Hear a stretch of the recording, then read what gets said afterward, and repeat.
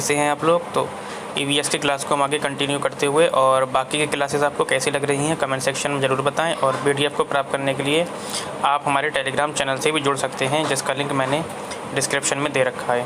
तो क्वेश्चन की सीरीज़ को हम आगे बढ़ा रहे हैं, और लास्ट में ज़रूर बताएँ कि आज के क्वेश्चन आपको कैसे लगे। तो आपके सिलेबस में विदेशी यात्री भी हैं, जिसके मैं पहले भी क्वेश्चन ले चुका हूं, और थोड़ा और डीपली ले रहा हूं, जिससे कि क्या है, कोई भी क्वेश्चन आपका रह ना जाए। और जो बच्चे मेरे साथ शुरू से जुड़े हुए हैं उन लोगों को समझ में आ गया होगा, जिन्होंने अगर उन्होंने प्रीवियस ईयर पेपर लगाया होगा तो उनके 125 प्लस आते ही होंगे, ठीक है। क्योंकि अभी मैंने मैथ में न्यूमेरिकल सेक्शन अभी कराना शुरू करा है, ज़्यादा नहीं कराया है, और वो भी जल्दी जल्दी हो जाएगा आपका, ठीक है। इसलिए परेशान ना हो ज़्यादा, बस जुड़े रहें आप साथ में, ठीक है। तो पहला क्वेश्चन कहता है कि अलबरूनी के संदर्भ में असत्य कथन की पहचान करें। कह रहा है ये फ़ारसी विद्वान, लेखक और वैज्ञानिक था। कह रहा है इसे फ़ारसी, सीरियाई और केवल यूनानी भाषा का ज्ञान था। अलबरूनी को भारतीय इतिहास का पहला जानकार माना जाता है, और इसकी पुस्तक का नाम किताबुल तफ़हीम था, ठीक है। तो इसमें से आपको गलत बताना है। कह रहा है ये फ़ारसी विद्वान, लेखक और वैज्ञानिक था, बिल्कुल ऑप्शन ठीक है, ठीक है। अलबरूनी को भारतीय इतिहास का पहला जानकार माना जाता है, ये भी ठीक है। फिर कहता है कि इसकी पुस्तक का नाम किताबुल तफ़हीम था, ये भी ठीक है। और इसकी एक और पुस्तक थी किताबुल हिंद, ठीक है, किताबुल हिंद, किताब उल हिंद, ठीक है। तो ये भी पॉइंट ठीक है। कह रहा है ये इसे फ़ारसी, सीरियाई और केवल यूनानी भाषा का, देखो केवल शब्द भी आ गया, और केवल यूनानी भाषा का ज्ञान नहीं था, इसे और भी भाषाओं का ज्ञान था, ठीक है। अगर केवल यूनानी भाषा का ज्ञान होता तो भारत में कैसे आता भाई, फिर भारत के लोगों से बातचीत कैसे करता, अपनी किताब में भारत के बारे में तारीफ़ कैसे लिखता, है ना। ऑप्शन क्या हो जाएगा आपका, बी हो जाएगा, ठीक है। आगे बढ़ते हैं क्वेश्चन नंबर देखो आपके चैप्टर में जानवर भी हैं, जिससे कि मैं काफ़ी क्वेश्चन ले भी चुका हूँ, और थोड़ा और डीप लेने की कोशिश की है कि आपका कोई भी क्वेश्चन छूट ना जाए। तो क्वेश्चन नंबर 2 कहता है कि शेर के लिए प्रयुक्त जो सिंह शब्द है किस भाषा का लिया गया। कह रहा है लैटिन भाषा का, हिंदी, उर्दू, संस्कृत। तो किस भाषा से लिया गया है, संस्कृत भाषा से लिया गया है, ठीक है। आगे बढ़ते हैं क्वेश्चन नंबर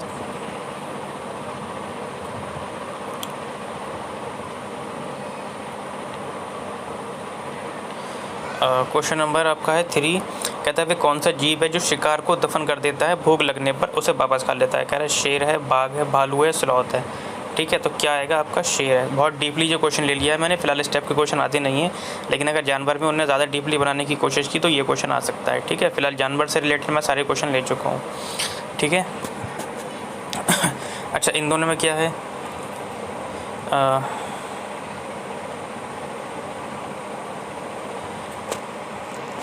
स्लॉथ क्या होता है, ये 17 से 18 घंटे पेड़ पर उल्टा लटक कर सोता है, और सबसे आलसी जानवर होता है। कैसा होता है, आलसी जानवर होता है, आलसी जानवर होता है, ठीक है। तो स्लॉथ के भी मैं क्वेश्चन काफ़ी करा चुका हूँ, है ना। और ये अपने पूरे जीवन काल में केवल 8 पेड़ों पर निवास करता है, और उसी की पत्तियाँ खाता है। जब एक पेड़ की पत्तियाँ पूरी खा लेता है तभी दूसरे पेड़ पर चला जाता है, और इसे अच्छा तैराक भी बोलते हैं। क्या बोलते हैं, अच्छा तैराक भी बोलते हैं। अब भालू के संबंध में क्या है, भालू क्या है, अपने इलाके का निर्धारण किससे करता है, अपने मूंछ से करता है। किससे करता है, मूंछ से करता है, ठीक है। और दूसरा पॉइंट है इसका, ये हवा से चलने में जो पत्तों की आवाज़ होती है, और जो शिकारी के चलने में जो पत्तों की आवाज़ होती है, दोनों को पहचान लेता है, ठीक है। और इसकी आवाज़ की जो होती है 18 हर्ट्ज़ की होती है, ठीक है।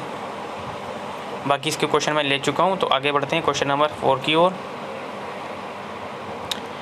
क्वेश्चन नंबर 4 कहता है कि एक शेर अपना मुंह कितना बड़ा खोल सकता है। कह रहा है 1 फीट, 2 फीट, 3 फीट या 4 फीट। तो ऑप्शन है आपके 1 फीट। आज के क्वेश्चन थोड़ा मैंने ज़्यादा डीपली लिए हैं, इसलिए परेशान ना हो, ठीक है।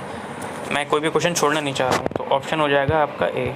आगे बढ़ते हैं क्वेश्चन नंबर 5 की ओर। इग्लू से भी संबंधित मैं काफ़ी क्वेश्चन ले चुका हूँ, ठीक है। तो फिर एक क्वेश्चन है, ये भी थोड़ा डीपली है। कह रहा है इग्लू के संदर्भ में असत्य कथन की पहचान करें। कह रहा है ये एस्कीमो शिकारियों का अस्थायी निवास होता है। बिल्कुल। क्यों अस्थायी क्यों होता है, क्योंकि ये कभी इधर लगाते हैं, हटा कर फिर कहीं और लगा देते हैं, तो ये क्या होते हैं, चलते फिरते रहते हैं और वहीं पर ही अपना अस्थायी निवास लगाते रहते हैं। इसकी छत में छेद बनाया जाता है, बिल्कुल इसकी छत में क्या होता है, छेद बनाया जाता है। ये 4 डिग्री सेल्सियस में बनाया जाता है और ये गुंबद के आकार का होता है। ठीक है, तो हमें कौन सी पहचान करना है, असत्य कथन की पहचान करना है। कह रहा है ये एस्किमो शिकारियों का अस्थायी निवास होता है, बिल्कुल अस्थायी होता है, स्थायी नहीं होता है। अगर क्वेश्चन देगा तो यहाँ पर स्थायी लिख देगा और आपको पूछ लेगा कौन सा गलत है। इसकी छत में छेद बनाया जाता है, बिल्कुल छेद बनाया जाता है ये, और ये गुंबद के आकार का होता है, बिल्कुल ये भी गुंबद के आकार का होता है। कह रहा है ये 4 डिग्री सेल्सियस में बनाया जाता है, यही गलत है भाई। एस्किमो अपने अगर 4 डिग्री सेल्सियस में कोई बनाएंगे भैया, माइनस में बनाएंगे, है ना, बर्फ़ फिगर। तो आगे बढ़ते हैं, ये भी देखो इस टाइप के भी क्वेश्चन आते हैं, है ना। भोजन आपके में चैप्टर है ना।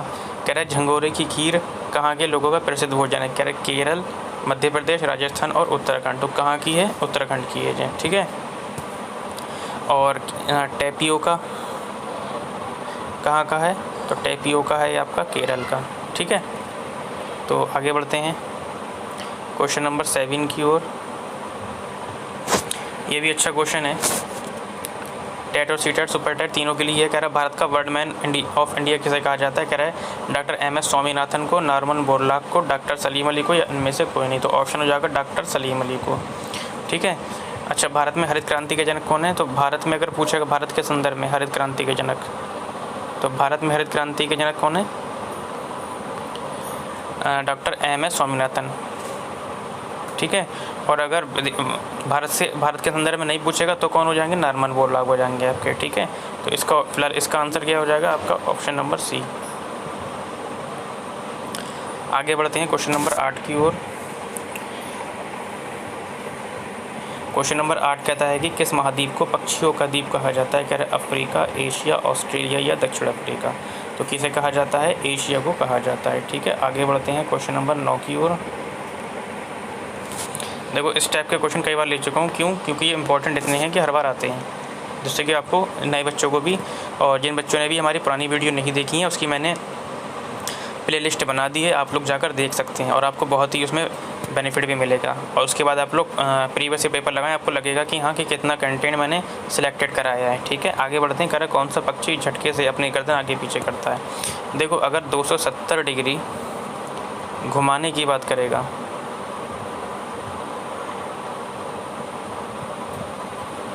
तो उल्लू लगाएंगे, लेकिन झटके से आगे पीछे, झटके से आगे और पीछे की बात करेगा तो हम क्या लगाएंगे, मैना लगाएंगे, ठीक है। तो इसका फ़िलहाल के लिए तो उत्तर क्या हो गया, इसका बी हो गया, ठीक है। आगे बढ़ते हैं क्वेश्चन नंबर 10 की ओर। क्वेश्चन नंबर 10 कहता है कि कौन सा पक्षी सोते समय अपने टांग ऊपर करके सोता है। कह रहा है बुलबुल, चरखी, टिटहिरी या मैना, ठीक है। तो टिटहिरी, ठीक है। और मैना के बारे में मैंने बताया था, क्या करती है, झटके से क्या करती है, गर्दन आगे पीछे करती है, ठीक है। आगे बढ़ते हैं क्वेश्चन नंबर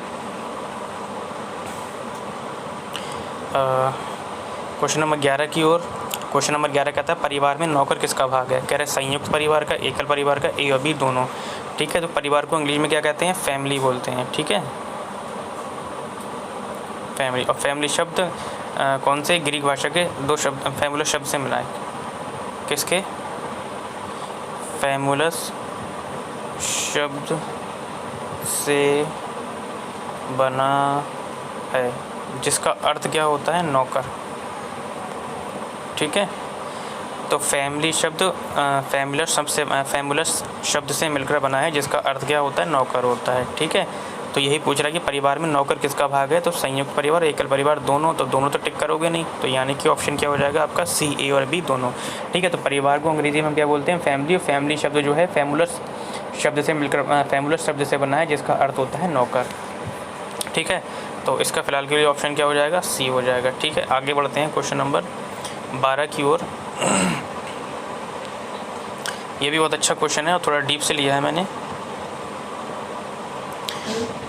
कह रहा है कि कौवा को चोर पक्षी कहा जाता है, परंतु उल्लू को कौन सा पक्षी कहा जाता है। कह रहा है सुस्त पक्षी, चौकीदार पक्षी, इलाही पक्षी, इनमें से कोई नहीं। ठीक है, तो उत्तर क्या हो जाएगा आपका बी, चौकीदार पक्षी, क्योंकि कौवे को चोर पक्षी कहा जाता है, तो परंतु उल्लू को कौन सा पक्षी कहा जाता है, चौकीदार पक्षी। ठीक है, क्योंकि ये रात में जागता है।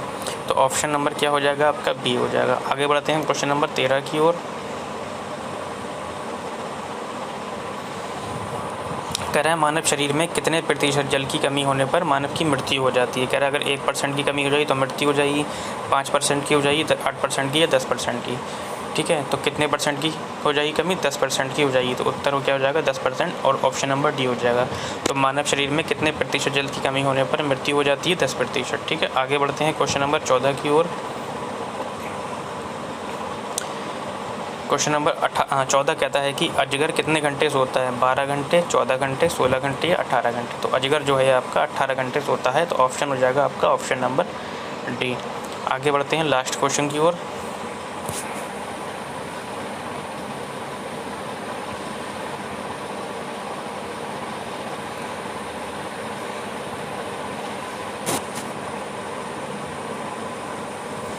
क्वेश्चन नंबर लास्ट कहता है आपका कि असत्य कथन की पहचान करें। कह रही है चींटियाँ पीछे की चींटियों के लिए कुछ छोड़ जाती हैं, बिल्कुल छोड़ जाती हैं, जिससे कि क्या होता है चींटी उनके पीछे पीछे चलती रहती हैं। जैसे आपने देखा होगा चींटी इस तरीके से चलती हैं तो सारी चींटियाँ इसी तरीके से चलती रहती हैं।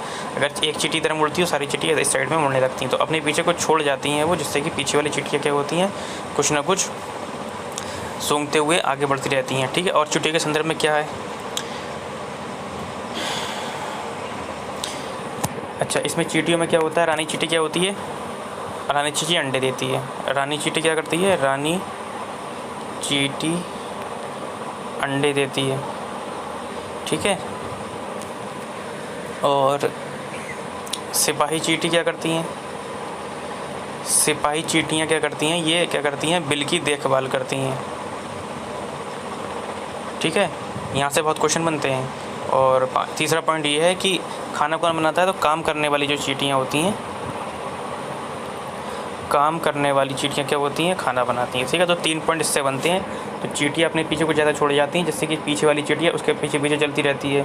रानी चींटी अंडे देती है, सिपाही चींटी बिल की देखभाल करती है, और काम करने वाली चींटियाँ क्या करती हैं, खाना बनाती हैं। ठीक है, ये 3 पॉइंट इसके लिए इंपॉर्टेंट है। आगे बढ़ते हैं, ये वाला ऑप्शन ठीक है। कह रहे रेशम का कीड़ा अपनी मादा को उसकी कंधों को पहचान लेता है। बिल्कुल, रेशम का कीड़ा जो होता है अपनी मादा को कई किलोमीटर तक, कितना, कई किलोमीटर दूर से उसकी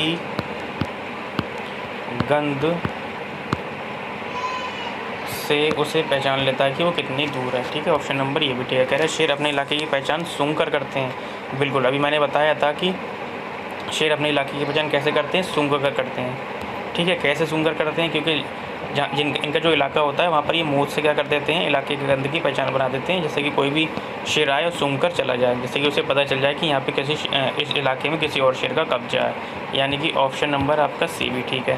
तो इसमें से ऑप्शन क्या हो जाएगा, इनमें से कोई नहीं। ठीक है, तो आज की क्लास आपको कैसी लगी, कंटेंट कैसा लगा, कमेंट सेक्शन में ज़रूर बताया करें। और अगर वीडियो अच्छी लग रही है, कंटेंट अच्छा लग रहा है तो लाइक भी किया करें। और कोशिश कर रहा हूँ कि जल्दी ही आपको मॉडल पेपर भी मैं प्रोवाइड करा दूँ टेलीग्राम चैनल पे। ठीक है, तो जैसे ही मैं टेलीग्राम पे अपलोड कर दूँगा तो आप लोगों को बता दूँगा। ठीक है।